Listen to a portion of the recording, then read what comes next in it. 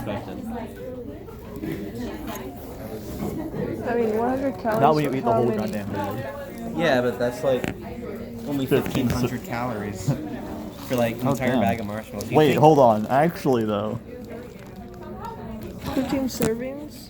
Bro, that's only 1,500 which is a lot, but that's a whole bag of marshmallows? That's like That is like Alright, so welcome, Like, welcome to class. a lot of Everybody. grams of sugar, but Well, that's what you expect. it's only like 2 sodas though. Here. Oh, there's my alphabet. Alright, today we are going to be finishing up Delta. STEM. Upside down, delta. And yay, yeah, we're moving through the plant. Going on a special field trip.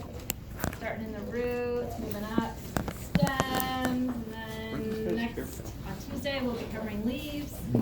And the next thing would make sense would be like cones and flowers and fruits, but those things we'll save for later in the rest. All right, so just for a quick review here, this is one of our models. Lovely, lovely plant model. And didn't pull this one out last time. What is it showing?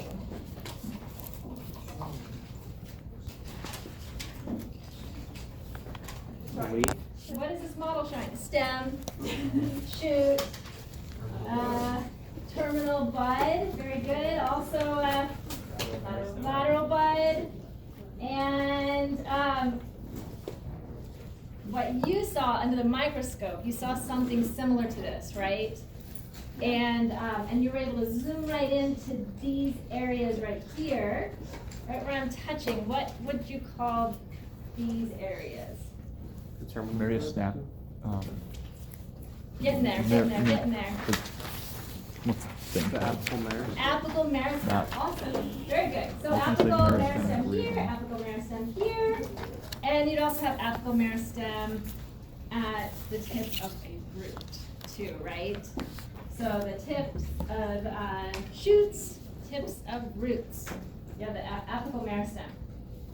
And that gives rise to primary growth, right?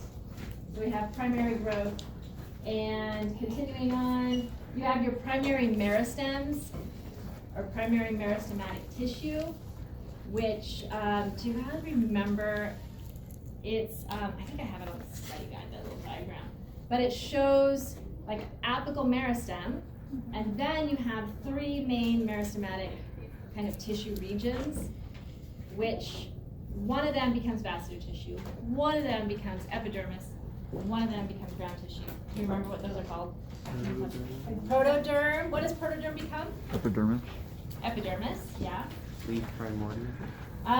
Leaf primordia are gonna be these little tiny things that would then become leaves. And here's some little bit older ones here, the more mature ones here.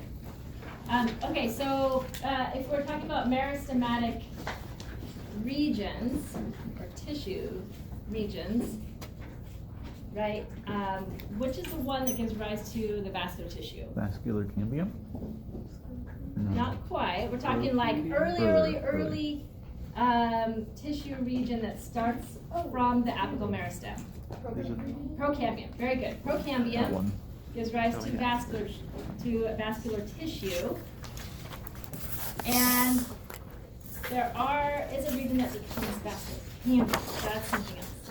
We'll be focusing on that a lot today, actually. Yes. Procambium and cambium are different in that. Okay, so definitely procambium. Yeah, so just to remember, to remind you guys, I'll put this here. If you'd have your apical meristem. That's where cells are rapidly dividing. That would be like right there. And then, if we're talking stem tip, apical meristem at a shoot, apex, then this region, that's going to become epidermis.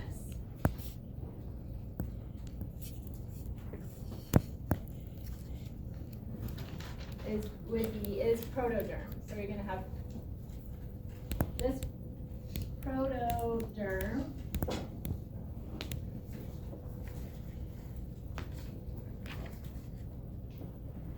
And then, and I'll color that one, I'll color that area orange, this region orange. Then we've got area that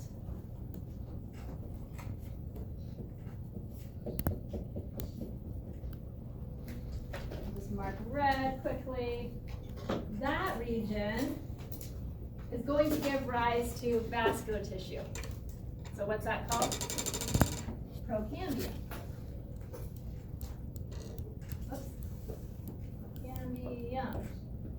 And also procambium right here. And then we've got ground tissue, which let's just make that, just coloring it green for now. This area, the green part, is what? What else is it there? This is the area that's going to become ground tissue. It's the ground meristem. All right. Just wanted to do a quick review of apical meristems before we put all of our emphasis the rest of today on lateral meristematic growth. So a review of primary apical meristematic growth. So we've got the apical meristem, which is this region here, where we'll make it blue here. That's that region of cells dividing rapidly, right? So a lot of mitosis will be going on in this region. And the growth, the direction of growth is this way. So this area, as these cells divide, there's initials up here that are going to divide and continue, and then initials up here divide, continue, divide, continue. Do you think about these cells here, are they going to move upward as this stem continues to grow up? They actually don't. I know it's kind of complicated in a way, but you have these cells rapidly dividing here, and you find a spot? I think so. Yeah, it's all right if we mix things up. I think we might need another chair. Oh, there's another chair back there too. All right, just double check.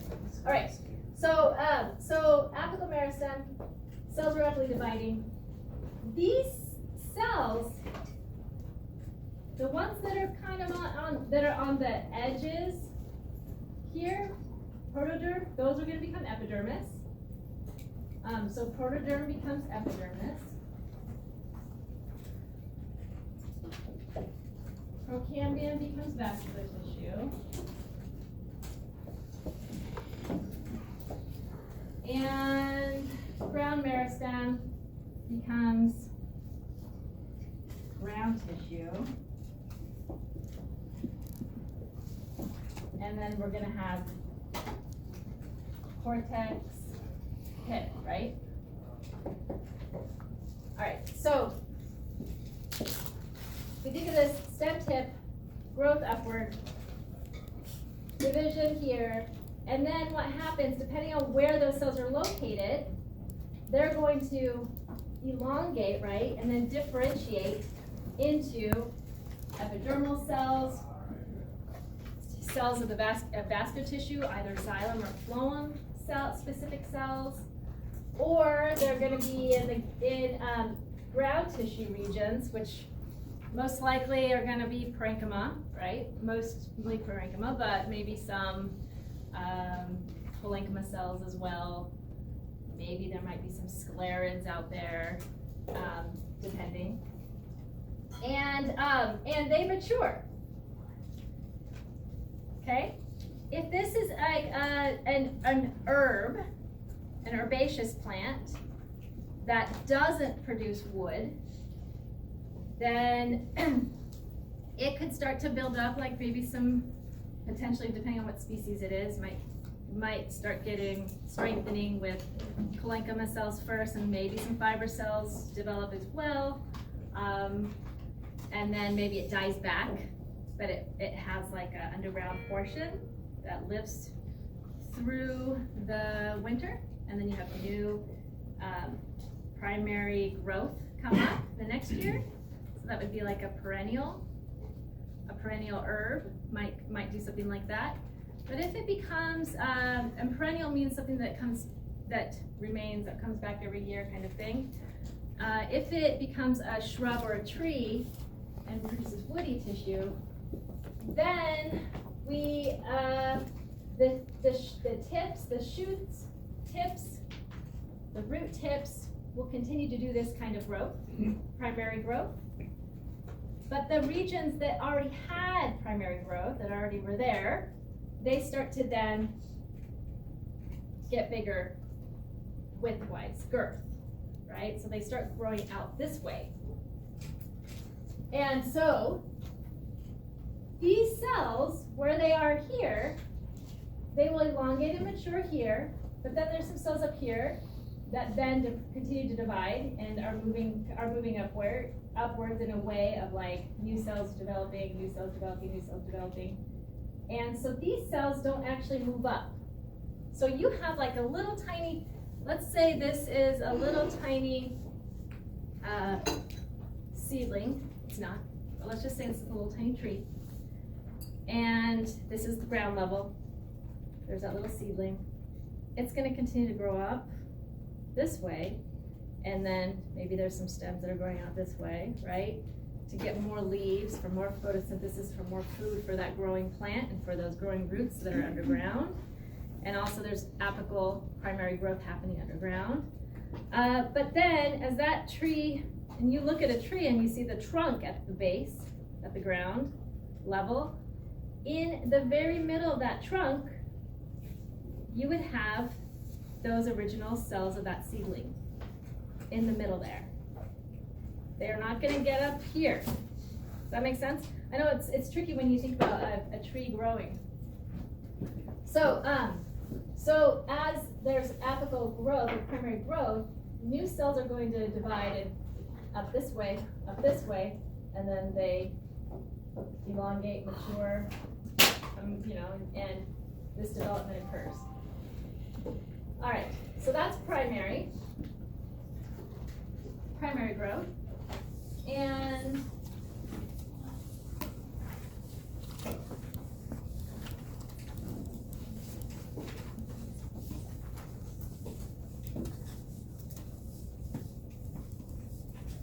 we're going to focus on secondary growth for today.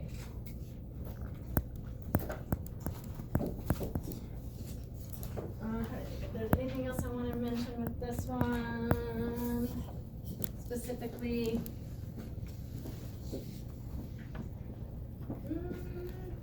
not too much. Other than I'm going to pass this around. When it comes around, just look closely at this area. This is what we were just talking about. What's happening here? Pretty much most of this, really, is all of this, really. And what this area here is that procandium, this orange. The green in here would be the ground meristem, and then these edges here would be the protoderm.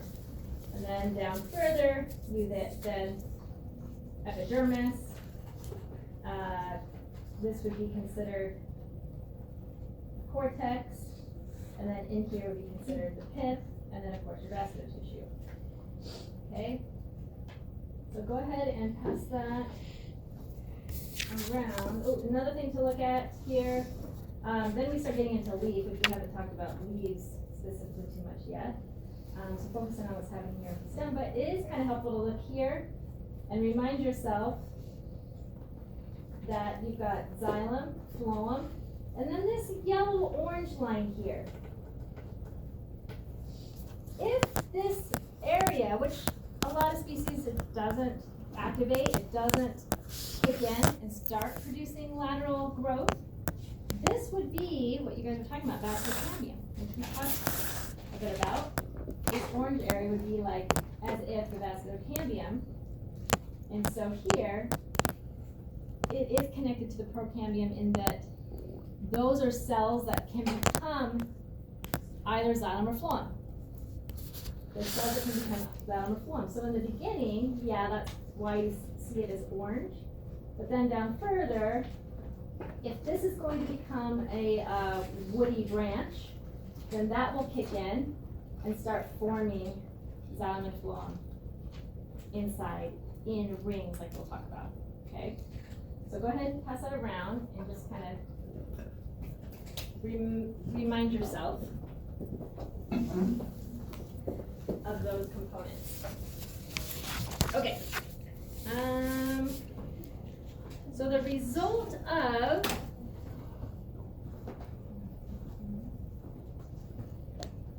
apical meristem and primary growth in dicot stems is this kind of arrangement of the vascular tissue within the ground tissue. So remember, when you're comparing root cross-sections and stem set cross-sections and leaf cross-sections as we get into leaves next week, and you're comparing between dicots and monocots, you're just looking at how that vascular tissue is arranged in the ground tissue, okay?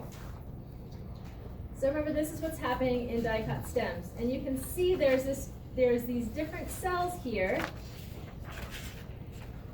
That is cambium, which really has to do with cells like meristematic cells that can become anything. And that will kick in if it's going to produce bark, inner bark, and wood. That'll kick into play.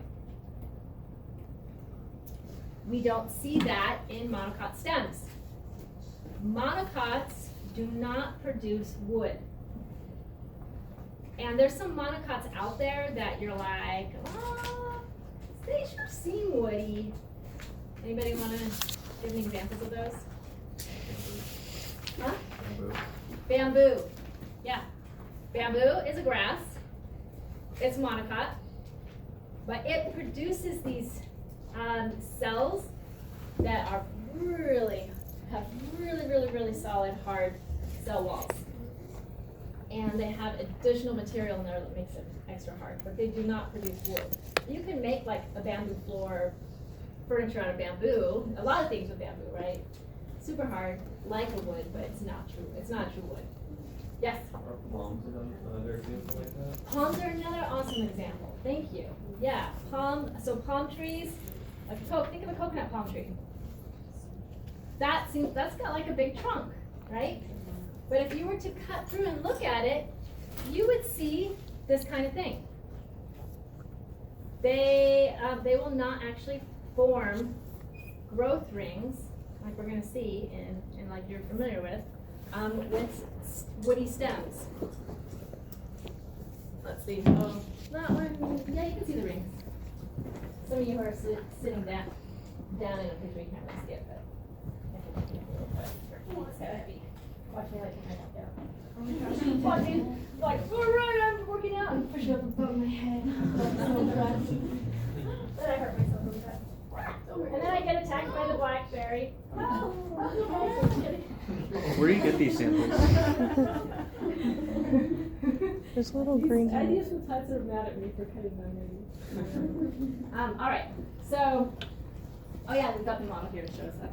So you're not going to see these rings like you see with dicot trees and shrubs and with gymnosperm trees and shrubs. All right.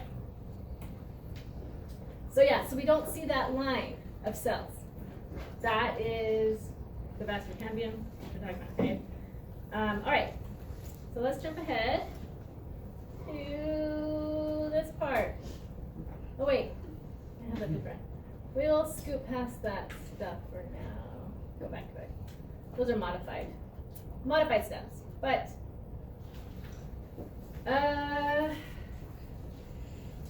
all right. I told you all I was gonna find a branch or a stem that showed lenticels really well. And I think this one does a pretty good job. And this is a section of catalpa. And so when that goes by, take a look at that to see lenticels. Someone remind me what lenticels are. Yes? They're basically modified stoma. Yeah, very good. Mature, or what's left of stomata once a stem becomes woody. Because a young green growth, like if you were to do a microscope slide peel of this coleus stem, you'd see stomata, similarly to the undersurface of the leaf. They're there, and I think that one going around, does that have it? Does that have any stomata on the green? Do they show it on this green stem part on the epidermis? They do have them. Okay, cool. So just imagine those then as you have the paraderm form, which is a woody plant's bark, outer bark. Then you start to see. Then you would see the stomata changing to lenticels. All right. The other thing to look at, as it's already going around, we can just keep it going around again another time around, is tell me if you see any leaf scars. Do you see leaf scars there? Not sure. Should have leaf scars. Remember, leaf scars are these things where there were leaves. And maybe there's some buds. See if you can identify some of these characteristics or some of these structures here. And remember, a node is where a leaf comes out. How many nodes? These little dots are all lenticels. Well, that one. Also, try to see if you can find the bud scale scars, which would be a ring all around the whole stem. Bud scales. Here. And remember, notice where the leaf's coming out. And so how many leaf scars are there per node? 2 leaf scars per node? Mm-hmm. Yeah. So one on either side? Yep. So those would have been opposite leaves. So that gives you a clue the leaf arrangement of how that's working. Here we have some examples where you can see these terminal bud scale scars. What is the terminal bud scale scar telling us about a woody branch? What can it tell us? Yeah, just shout out. Annual growth? Yeah, did you have something else? No, yeah. Yeah, so you can count those to get a sense of how old that section of stem is. So every year, those terminal bud scales fall off, and then that new apical meristem grows, just like I had drawn on here. And you'll still see that as you look down that branch. You'll notice those rings of scars. And you have to, in order to recognize that that's what it is, you have to make sure that the scar goes around the entire branch. If it's just on one side, it's not going to work.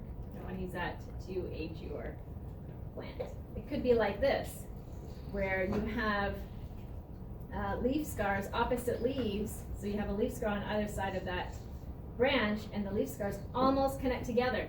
That is not a terminal bud scale scar. Those are just leaf scars that are close together. So recognize how those are different. All right, so in gymnosperms and woody angiosperms, roots and stems continue to increase in diameter, in girth, in width, getting wider. And these are regions that are no longer elongating, getting taller, getting longer. This is lateral growth. So secondary growth in stems, vascular cambium and the court cambium.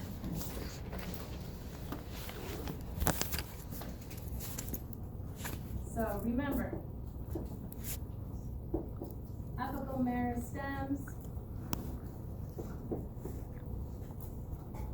are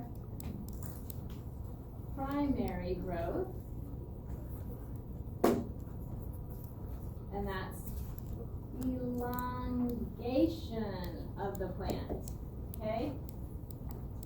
Whereas lateral meristems is where you have increasing in the thickness or the girth. And that's the secondary growth.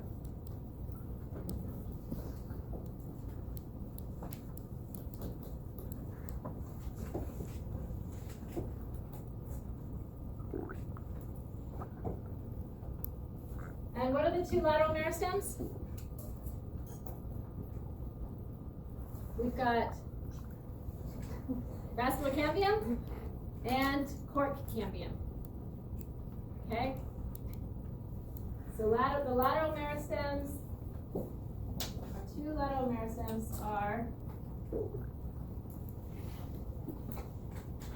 vascular cambium and cork cambium.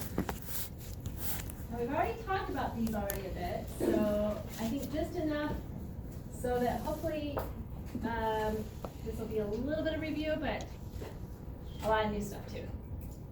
All right, so cork cambium and vascular cambium. What does the cork cambium give rise to? I think we covered this enough that you can tell. What's that? Protoderm? Awesome. Well, periderm. Oh. Yes. Oh, yeah. They sound really similar. After I said yes, I was like, wait. You just said protoderm. So remember, protoderm is from the apical meristem. That's that outer region that's going to become epidermis, right? Periderm. So periderm, cork cambium gives rise to the periderm. Cork cambium, periderm. Periderm is made up of, cork cambium actually makes up one of the layers of periderm too. And you've got, if you remember, you've got the cork, and then you've got, the cork layer is the outer layer, and then you've got the cork cambium, and then you've got, you guys remember the next one in? Protoderm? The phelloderm. The phelloderm is the part that stays alive. It's kind of like, if you think, it's sort of like in the region of where you think the cortex is. Okay, so periderm. And I'll be sketching this all out in just a bit, but let's go through terms really quick here to make sure that makes sense to you. So periderm is made up of 3 parts.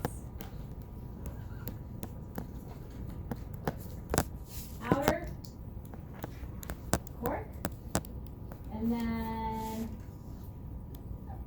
cork cambium and phelloderm.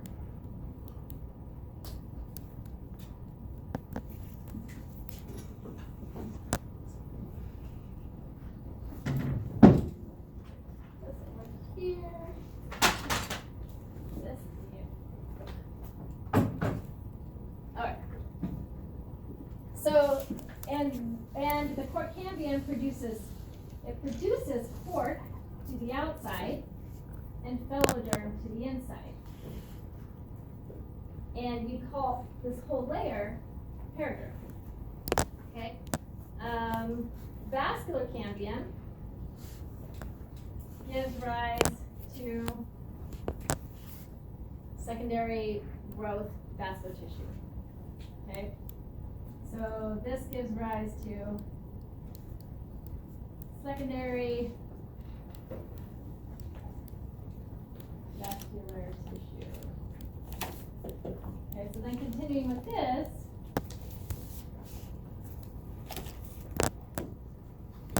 the way that the layers sort of work out are, you're going to have phloem,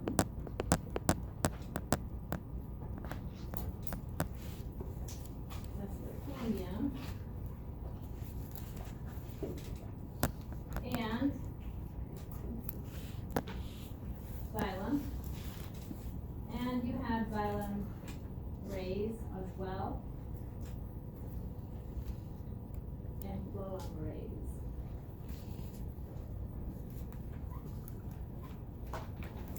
To the outside of the vascular cambium phloem are produced. To the inside, xylem is produced.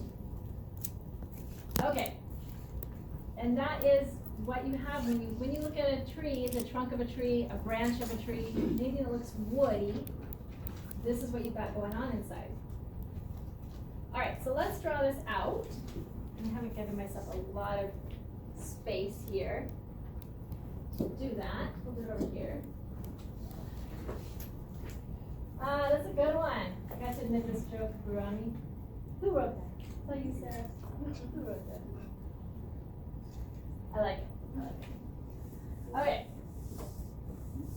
Oh, and I did put a couple new ones over here for you to think about and come up with answers. We'll talk about those in a little bit.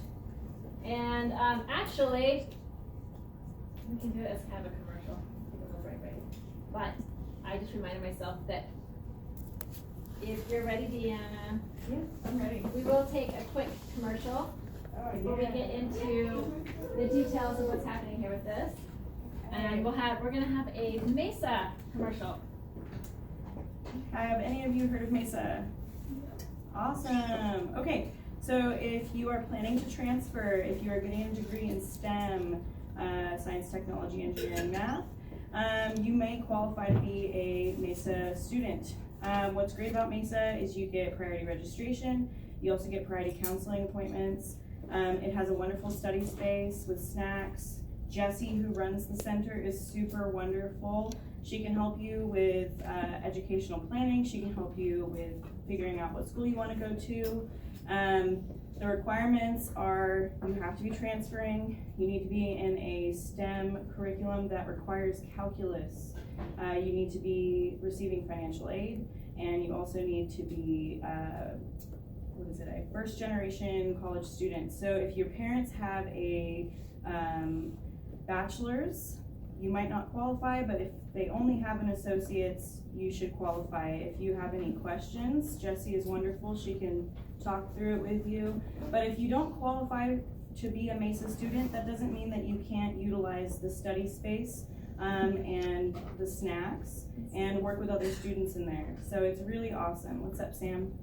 So, say like I'm planning on transferring to Chico, Yep. but I don't know if I'm going to be transferring the direct semester after I graduate. So for Trio and Mesa, does that affect your eligibility for that? Do you have to transfer at the immediate next semester, or? You can qualify for this semester. So I guess I'm saying is, Yep. once I have my associates, am I allowed to take time off before transfer? If I'm in those programs? I or don't do think that have to- matters. I think that, but you should check with Jessie, but I don't think that would make any difference. Okay. And actually, one thing I forgot, Mesa is not just here at Shasta College, it's at other colleges, so, depending on where you transfer, they may also have Mesa, so you get to utilize those resources there as well. So, I'm gonna stick these here on the counter, and if you have any questions, that I can answer, yeah, what's up? Oh, also, if like my dad has a bachelor's degree, so I'm technically a friend of Mesa, so I'm not Yes. Mesa though. But Yeah, that's right. So if you don't necessarily qualify to be a Mesa student, you can still be a friend of Mesa and utilize those resources like the study space, the snacks. And we will be doing like workshops in there to kind of help people with planning and note taking, like how to take notes for some of these hardcore science classes, study groups, that kind of thing. So yeah, any more questions? Awesome, thanks for listening, guys.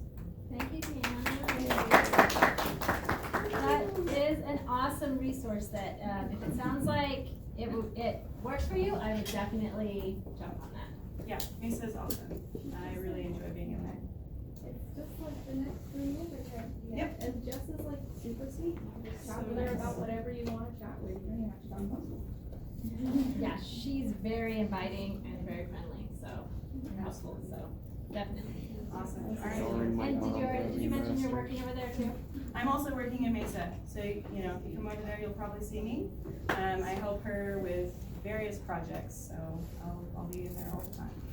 Yep, she works part-time over there and part-time over here in the greenhouse, so.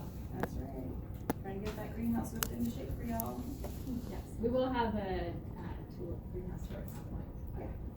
Awesome. All right, Thanks, guys. thanks, Thank you.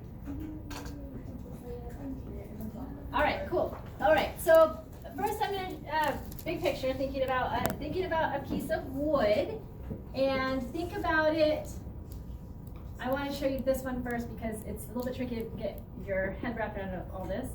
Is that think about it three-dimensionally, right? Tree standing before you, and if you could take away the layers of that trunk or that branch, it would be something like this, where first off, you know, there's the bark, and there's the outer bark, which is the periderm, and the inner bark, which is phloem. So that outer bark, that outer part, you see, that's cork, and it looks different on different species. Some have more of like a peely kind of bark. Some it's more like alligator skin, or maybe more like has fissures and cracks and whatnot. And that's and we'll talk about that more in just a bit.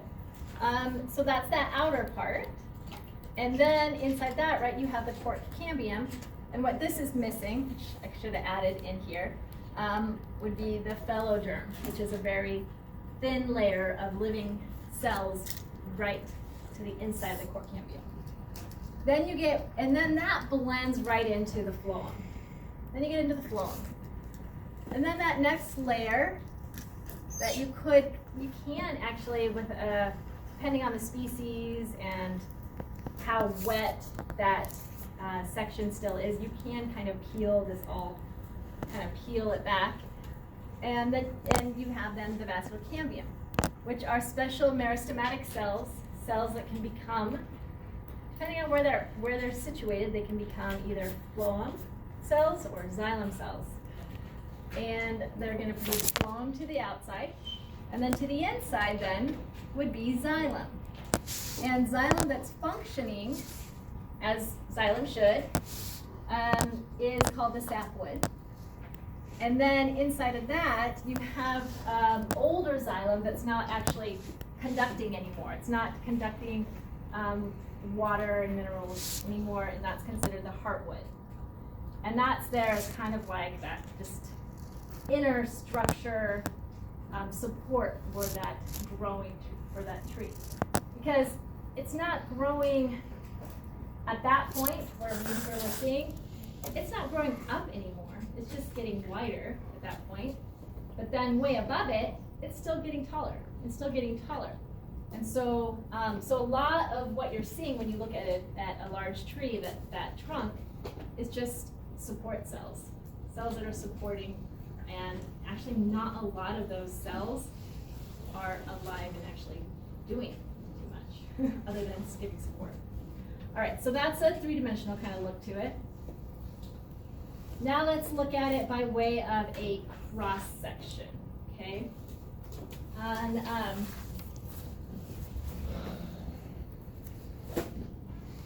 And so you would have here the cambium cells are white and light green, okay? So those are the white and light green cells. The light green is actually a cell of vascular cambium. It produces a new cell as it matures. That is kind of part of that cambium layer bit still.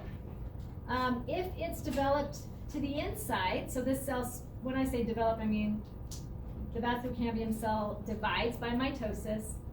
One side continues to be that vascular cambium cell, and then the other, if it's to the inside, it becomes then xylem.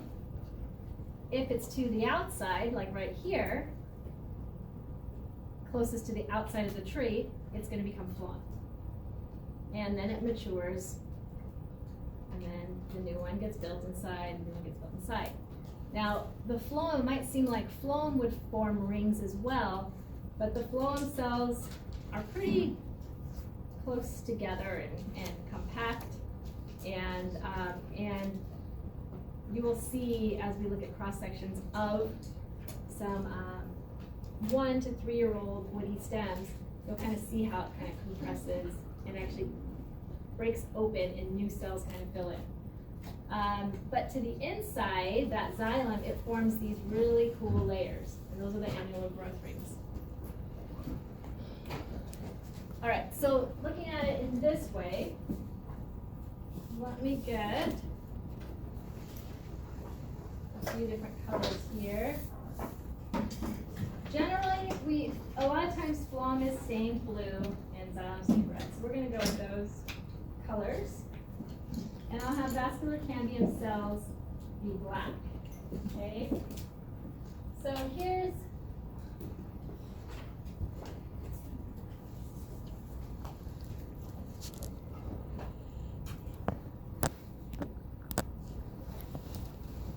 an initial, and one name is called a fusiform initial. This is a cell, okay? A long cell, because when it divides, it's going to divide into long cells that, depending on if they're to the inside, let's say this is inside here, and then outside. If it divides and forms a cell to the inside,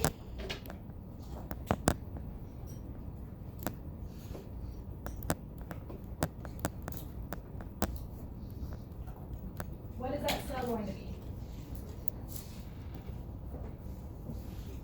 It's going to growth going this way. It's going to be xylem, right? Remember, we've got xylem to the inside, phloem to the outside. So the cell divides to this way. We then get a specific type of phloem cell. Growth that way.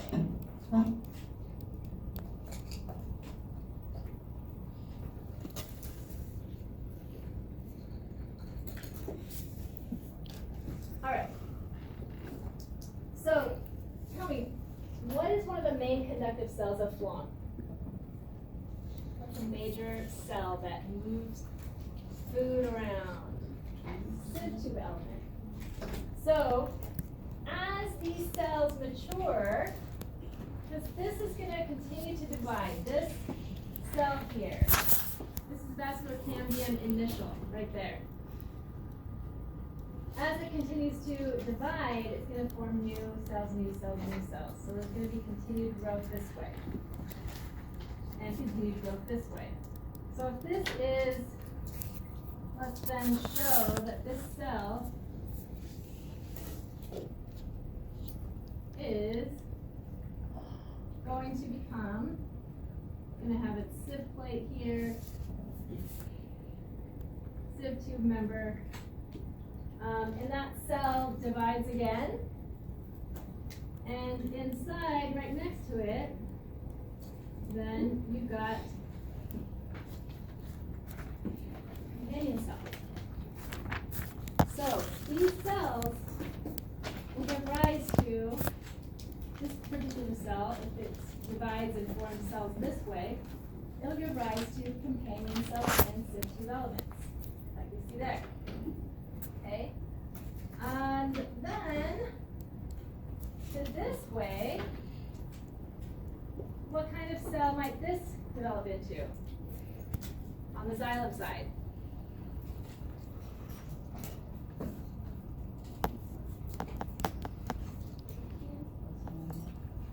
Vessel element, or maybe a tracheid. Okay, so let's say this is a conifer. What's it going to be? It's a gymnosperm. What's that? Tracheid. What about if it's an angiosperm? It could be a tracheid or a vessel element, depending. So let's call this one. Let's have this one become tracheid. So this one would. And if we could look at, let's look at a few more down this line here. What's happening down here? And actually, I'm gonna make this one just a little longer here, and then I'm gonna do a shorter cell, and then another longer cell, okay? Alright, so if we're looking at our vascular cambium, there could be some shorter cells here. And smaller. So if we keep looking down the road, further into the phloem that way, further into the phloem this way, that particular initial is going to end up forming, these would be considered parenchyma cells.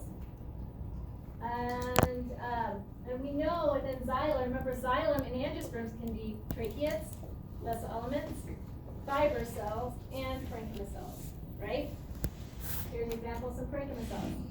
Same thing in phloem. You can have parenchyma cells, fiber cells, along with those companion cells, and the subtube elements. And then, these are actually, this would be considered a phloem ray. And this, if that's a phloem ray, what would this be? A xylem ray. And here we have tracheid, we have companion cell,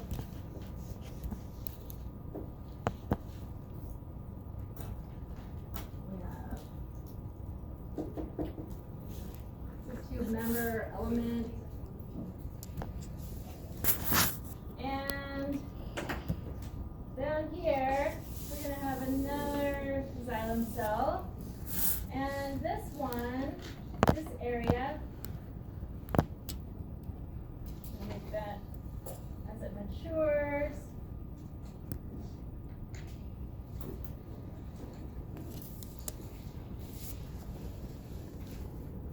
This one's a little wider, not so prominent of pits. What do you think this one is? In the xylem area. What do you guys think? So remember, xylem is made up of parenchyma cells, tracheids, and fiber cells and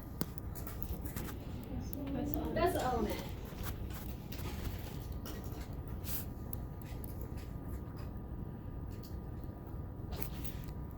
Alright, so phloem ray and xylem rays are made of parenchyma cells.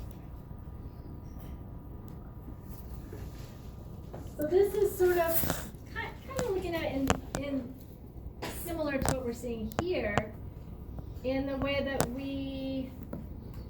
this is more of a cross cut. This would be more of a longitudinal cut. And then this is looking at it three-dimensional. Okay, so I want you to kind of wrap your brain around these different ways of thinking about these layers. How did I draw it here?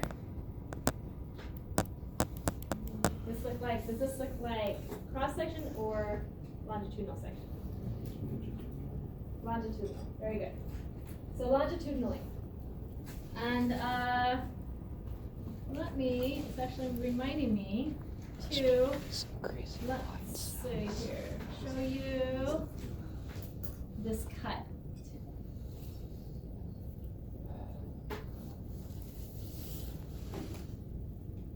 The different ways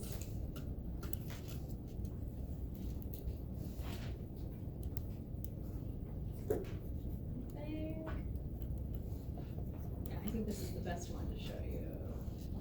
I just want to show you a couple different ways you can cut and what they're called. And this is a good one.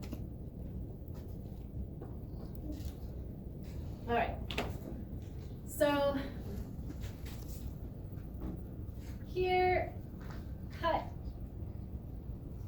these kind of cuts would be considered tangential, and cuts where the cut goes directly through the middle of the stem are called radial. So here's a cut, or this shows the different options here, radial versus tangential. So,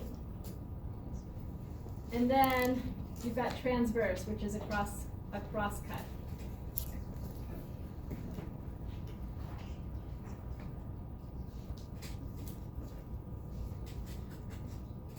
So if you notice here, these rays,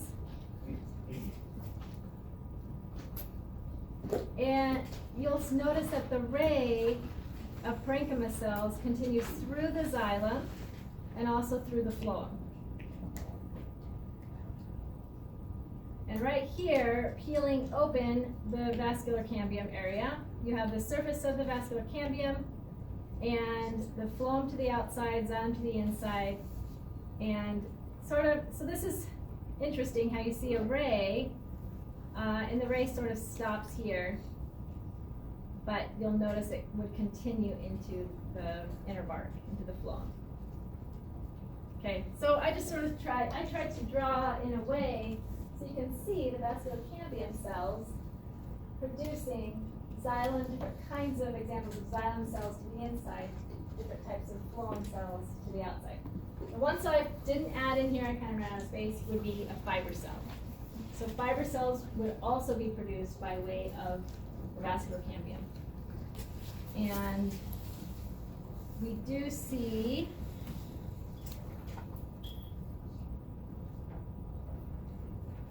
in this example here, we have vascular cambium is this sort of greenish area, and forming to the outside phloem, and here's a sieve tube member or sieve tube element.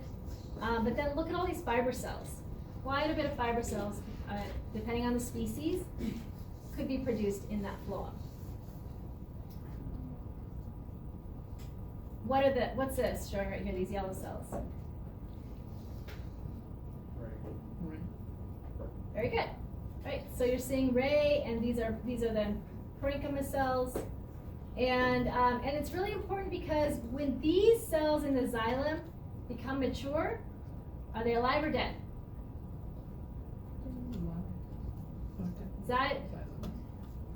Most of the xylem cells are dead. The only ones that are still alive are the ray parenchyma. So, and that would be considered a xylem ray, and these are living parenchyma cells. And they help with moving things around horizontally. Whereas the vessel elements and the tracheids in the xylem move things more or less vertically, right? We talked about the vessel elements that are stacked and form almost perfect straws for moving stuff vertically. Whereas the tracheids, the water's still going up, but it kind of goes up in sort of this interesting way through those tracheids, through the pits. So here you've got tracheids, and then vessel element, stacked vessel elements stacked on top of each other, forming big vessels, sieve tube members. So we would imagine, it's not, can't really see so much here, they're mixed in with the fiber cells, but there's going to be companion cells next to those sieve tube elements. All right, lots of stuff going on here. Yeah? Are the ray cells practicing any meristematic abilities here, or do they only move nutrients horizontally? Do they ever change into, say, sieve tube members, or is it happening somewhere else entirely? That's a really good question. If the plant is injured in a way, these cells could be triggered to become other cells, but as you can see, they're just in certain areas, whereas the vascular cambium is this entire, like, it forms almost like a hollow cylinder, or a cylinder, right? And so if something happens where that completely gets destroyed, and normally like that's it for that tree. But if just a section gets destroyed, then some of those cells could kick in and start then dividing and kind of filling that space and could then fix the area. But if too much of that area is destroyed, then that's it. You've probably seen trees where, like I'll show a picture in just a bit, where there's like a tunnel through the whole tree. And, but there's enough of that vascular cambium on either side of that hole or that tunnel, and that tree is able to survive, and it's missing that whole other area where the tunnel is coming through, but. Sounds like tree torture. Oh my god. I know, it is. Those poor trees. So, all right, do these cuts make sense? Think about like a pizza, how you'd slice a pizza or a pie. That's a radial surface cut. That's cutting longitudinally along with a ray. Whereas if you do a longitudinal cut, if you're looking at a microscope slide and it's a tangential cut, it's also longitudinal, but you're gonna be able to see those rays head on, like look into a ray. So, okay, so let me show you then, whoa, where was I? Oh, this one. So thinking about that, how those different cuts are, how do you think these cuts were made? These are longitudinal sections. This one's looking at the vascular cambium of an apple tree, and this one's a vascular cambium of locusts, white locusts. So what would you think, radial or tangential? And why do you say that? As you can see into the ray. Yeah. So we're like looking right into a ray here. Here's these rays. And so these are initials. This is actually showing the vascular cambium. So these cells then would divide and give rise to rays, ray parenchyma cells. Whereas these other cells, initials that are long and thin cells, those are going to give rise to the long and thin cells of the xylem, or of the phloem, right? All right. Why is there so many rays in the apple? There are quite a few. It's an apple question. tree or just I an know. apple? What's that? That's an apple tree or just an apple? Oh, that's a tree. Yeah, we're looking at the wood. So if we look at an apple, we're gonna mostly just see parenchyma cells. You're not gonna have vascular cambium actually in an apple, which is interesting because when you eat an apple, it's a really good question.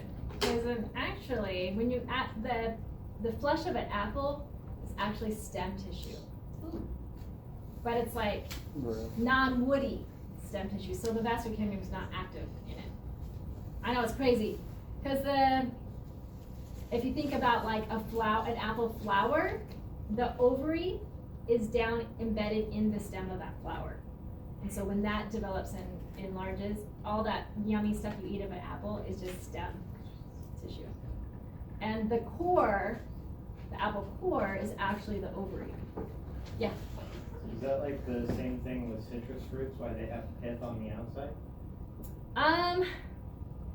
That's a really good question. I mean, it's still sort of stem material, but because I mean, I guess it's not. No, it's because an orange, the ovary is actually it forms above the stem of the flower. So, and that's where we're going to get into what's the difference between an inferior and a superior ovary. A superior ovary is where you have the ovary sitting above all the flower parts and the stem. An inferior ovary is where it's down inside, embedded down in the stem. And bananas are like that. Apples are like that. There's quite a few fruits that are actually down inside that are inferior ovaries. But we'll get into that more when we cover flowers. But yeah, so this is actually woody, the woody part of the stem of an apple. All right, so fusiform initials give rise to major cells of xylem and phloem. The ray initials give rise to ray cells. And remember, ray cells are thin-walled parenchyma cells that conduct nutrients laterally or horizontally within the tree. All right, this is what I'm sure you guys have all been waiting for. How do you go from what you learned as a dicot stem, how that vascular tissue is arranged? Remember, these vascular bundles in a ring, you got your pith, you got your cortex, that fascicular cambium, interfascicular cambium we talked about, where the cells look a little different. That kicks into gear, and that is supposed to be a woody tree or shrub. It will start to wake up and start dividing cells and forming phloem to the outside, xylem to the inside. Okay, this one's important to look at here, because here we're seeing what's left of, see these little tiny blue rectangles? That's what's left of that original phloem. So that would be primary phloem. Whereas this blue ring would be secondary phloem. That make sense? Because we got primary growth, secondary growth. These vascular bundles are from primary growth, from the apical meristem. These rings are secondary growth from the lateral meristem, from the vascular cambium. All right, you guys got that? Feeling good about it? All right, now next one over here, end of that first year's growth, got a year, that first annular growth ring right here, and at that point, the cork cambiums kicked in, and it is starting to form cork to the outside, that periderm, the epidermis. There's still some epidermis left over, but now it's ripped open and it's going to start sloughing off, and then it's going to be gone. This is showing wood of elderberry starting to form. There's that. This is what's left of the primary xylem. You guys see that? What are these cells then? Pith cells, parenchyma cells from the pith. And then you've got primary xylem, and then you can see this is actually forming a ring of xylem here. And these down here are what's left of those original vascular bundles. So then up here would be what's left of the original primary phloem. But now you've got that first ring of phloem. What's this? Line of cells. What do you guys think? Rays. Yeah, so you can see those ray cells. And this is really that just working into that first year's growth of this woody plant. Right here you can still see cortex left over, but that cork cork cambium has kicked in, starting to develop cork to the outside. And then right here, these layers would be phyloderm, which blends in right in with the cortex. You can see what's left of the epidermis, the original epidermis. So just beginning that secondary growth and getting to the end of that first year's growth right here. Any questions? So the slides you're gonna be looking at today, you're only looking at one set of slides. You're gonna look at tilia. You guys have looked at tilia before. You've looked at tilia to get a sense of fiber cells, remember? Red donuts. Or sometimes they were kind of pinkish. And you saw crystals. Remember those crystals you saw in the tilia? You saw more in like the, kind of in the cortex area, where they were kind of hanging out.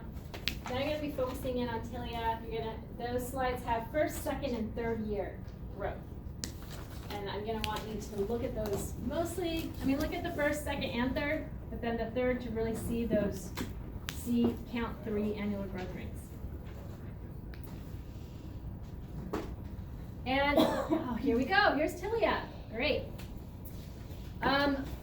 You're going to be able to see some pith left over from that first year, little seedling. And a little bit of that primary xylem. See how it kind of forms that little happening. And then you can recognize these rays. And then, can you all tell me, what do you think is happening here? What is that? And if you remember when I asked you to look for fiber cells in tilia, and some of you had a little question, were like, what are we looking for here? Because I described them as kind of like pyramids, but like red striped pyramids. and I was trying to get you to kind of see that you can see these interesting pyramidal, this one's not showing it as well, but these are kind of the stripies happening. These are the fiber cells. And of the phloem, and then these would be then the sieve tube members mixed with companion cells, the greenish stuff here, and but then right here, follow this along. It's a ray, so these are parenchyma cells within the xylem, and then boom, we see here is vascular cambium, and all of a sudden this opens up. And this is an example of parenchyma cells keeping their meristematic ability. They're able to divide and become whatever. As the phloem develops and develops, out here is wider than in here. Does that make sense? Because these layers are pushing out this way from the vascular cambium. So if it's wider out here, then those cells kind of, you can just imagine them kind of splitting open in a way, separating out. And what fills in that space are parenchyma cells. So you have parenchyma cells dividing and filling in this extra space as that phloem continues to develop and develop and develop and push out, push out, push out. And you can sort of see some rings, but it's not, you don't count the age of a tree by way of its phloem, and its phloem really does compress down, compress quite a bit. All right, so that's a dilated phloem ray. Any questions about anything here? Yes? So, like, the phloem, as it's growing out, it's not able to really, like, expand the full perimeter. It only grows out, like, in a section that, it's, like, primary phloem, where it's existing from the cambium, and then in the space that it wasn't able to, like, expand that whole perimeter as the perimeter is getting bigger, as it's going, like, laterally, that extra space gets filled in by your parenchyma. Exactly.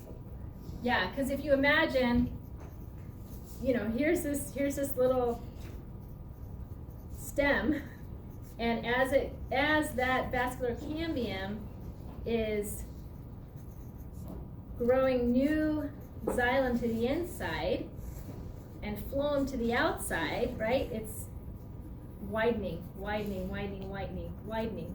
And that phloem layer to the outside, that was the original layer, right? That was the original growth. That primary growth is on the outside, and that just opens up, and so those parenchyma cells just fill in the extra space. And so I'll be having you look for that in the tilia slides. So this is first year, and you're going to see second year and third year. Oh yeah, periderm. There's still some epidermis. You can still see that epidermis layer. And then you can start to see that periderm forming right here. It's not very thick. And then on the third year ones, you'll see a little bit more, and you'd start to see the epidermis starting to break down. All right, here's a good joke, or a good one. I mean, this isn't a joke, this is real. Just kidding. First off, what's a dendrochronologist? A guy into plants. What's that? A guy that looks at plants. Somebody that looks at plants, yes, but specifically what? Yeah. It's someone who studies the age and time of plants. All right, awesome. Yeah, and they do it by studying what? They can, yes, but specifically, they're going to look at what's happening, what they can learn from growth rings in the wood of trees. And they can count those rings and figure out how old that tree is. And if they count multiple rings of different trees in a region, they can get a really good sense of maybe what the temperature was like so many years back, what the environment was like, what the climate was like. And depending on how much growth there was, if it was a lot of growth, it was a good growth year. Really like not that much growth, so a really narrow growth ring, then it was a little bit of a rougher year, maybe not as much water, maybe colder temp. Anyways, so dendrochronologists can date wood samples by identifying growth ring anomalies that correspond to specific events. And this is true. For example, it's often possible to spot a horrible summer of 1635 when trees turned carnivorous. So, just a silly joke there. But in understanding, actually,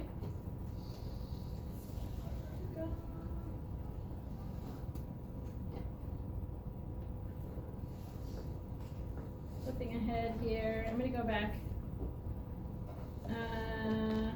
Sorry, flipping around here today. What actually are growth rings? So first off, here's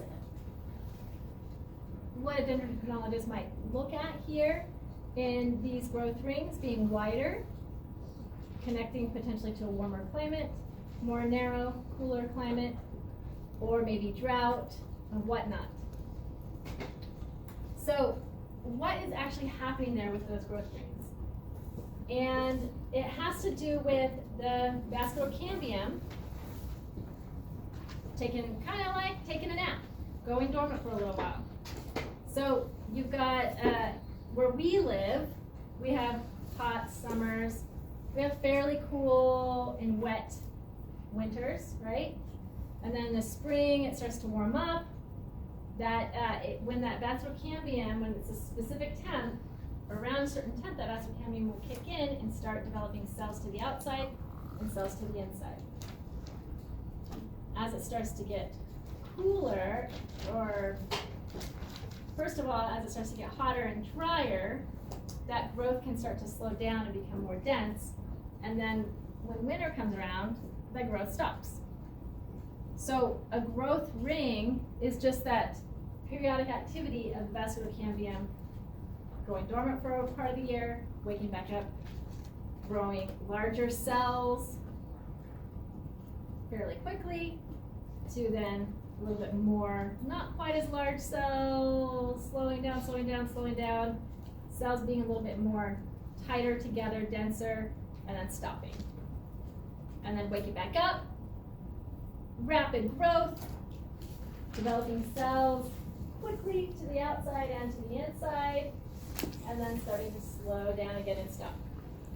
So every time you see this ring, and actually some people will describe it as each year 2 rings grow, and I don't want to confuse you, but it sometimes can be helpful to think about it this way. In that in 1 year's growth, you have lighter color, that's early wood, where there's a lot, where it's warm but not too hot, and there's a lot of water. Those cells, if you think about vessel elements, tracheids, large cells are produced to take up all that extra water. And then as the summer progresses, it gets drier, hotter. Those cells are still growing. New cells are being produced, but they're a little bit smaller, more denser cells. And then you have a dark line. So you have your lighter color line, and then your darker line. But they're both within a single annular growth ring.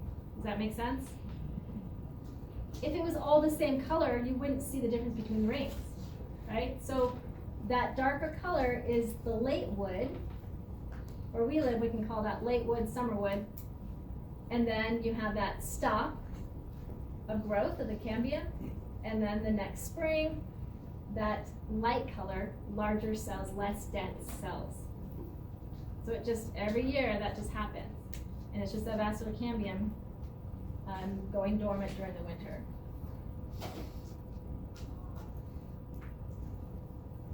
So if you've got a tree and you want to know how old that tree is, you would want to make sure you cut down low enough that you're getting a sense of how old that tree is versus just taking a cutting from a branch. Because if you counted the rings of a branch, you'd only get that age of that branch, not the whole tree, right? And this is showing a whole tree cut down, but what's something you can do instead of cutting down a whole tree? Yeah, so you can get a core of a trunk, and a core sample, as long as it's done in the proper area, so it gets close to this middle region, and pull that out, then you would be able to count those rings. And it looks similar to this, but more rounded, where then you could count those rings and get a sense of what's happening without having to cut the whole tree down. There's a sad tree with a hole cut right through it. All right. So those are growth rings, and let's go to talk about paraderm, which I feel like you guys already kind of know pretty well. So this is going to be a little bit of a review, and we're almost done here, and then we'll take a quick break.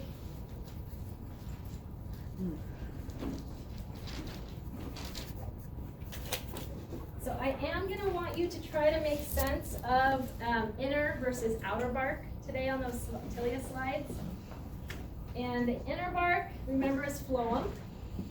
And you'll recognize that by those kind of pyramidal dilated rays, phloem rays, and then the fiber cells swapping with the sieve tube members and those companion cells. The outer bark then is the paraderm. And here we're seeing layers of paraderm, which some trees have much thicker bark than other trees. And it's going to be tricky to make sense of where the cork cambium is, where the phylloderm is, and where the cork is. But here we're seeing mostly cork, mostly layers of cork. Right down here would be where the cork cambium would be.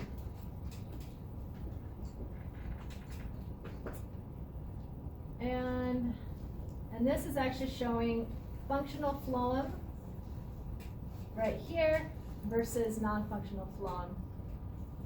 Some species might have much thicker non-functional phloem.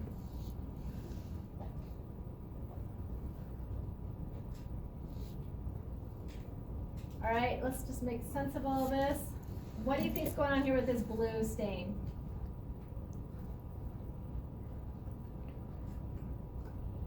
Stuff's coming through.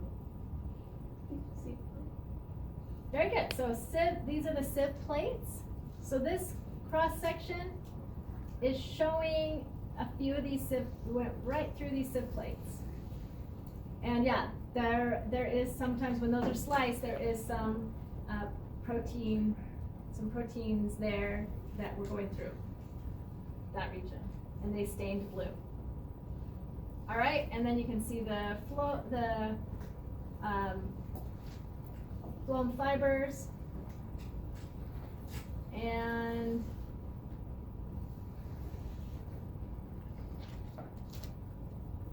the rays, and right down here is the xylem. So bark, I mentioned bark can look very different depending on the species.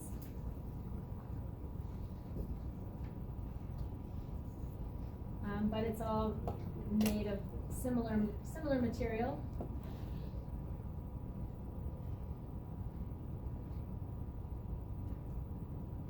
And you've got the functional phloem, non-functional phloem, and then the paraderm.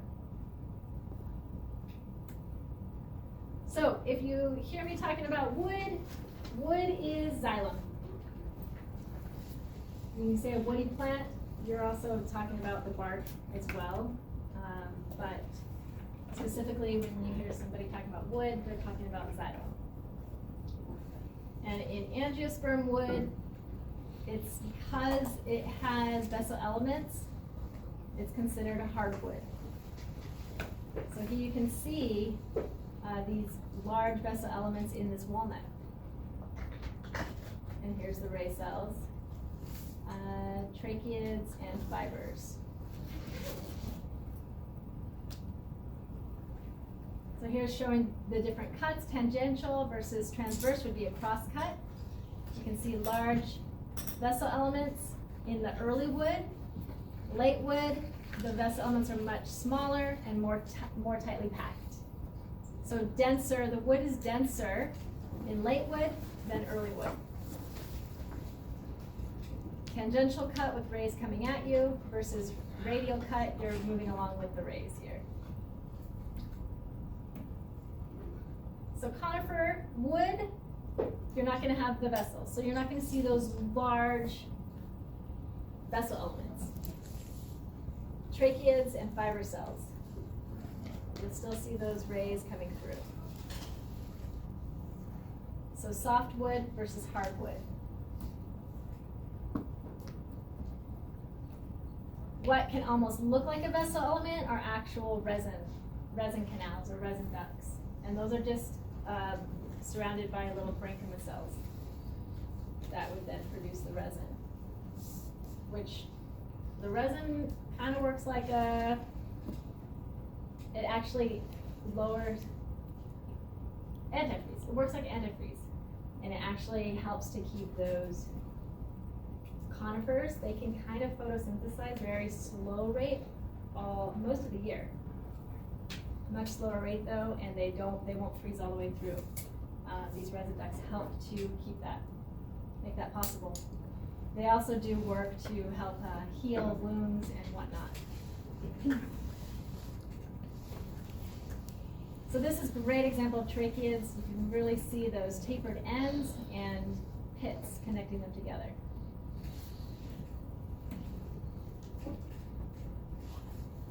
All right, let's go ahead and see if there's any questions really quick first, and then we'll take a break.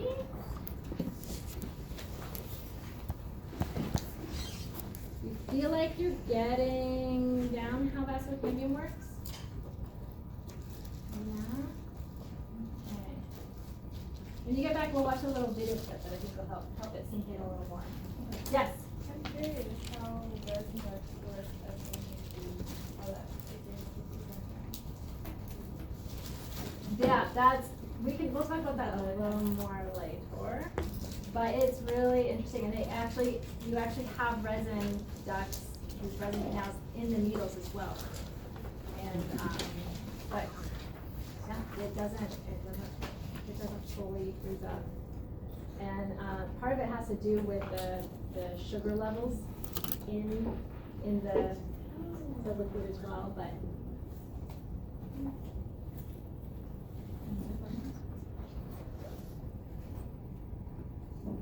let's go ahead and do a 20-minute break like usual. And so get up, move around, get a snack. Grab your microscopes when you get back. So 3 o'clock or 2? So let's see, what time is that going to be at? 2:30? 2:50. Yeah.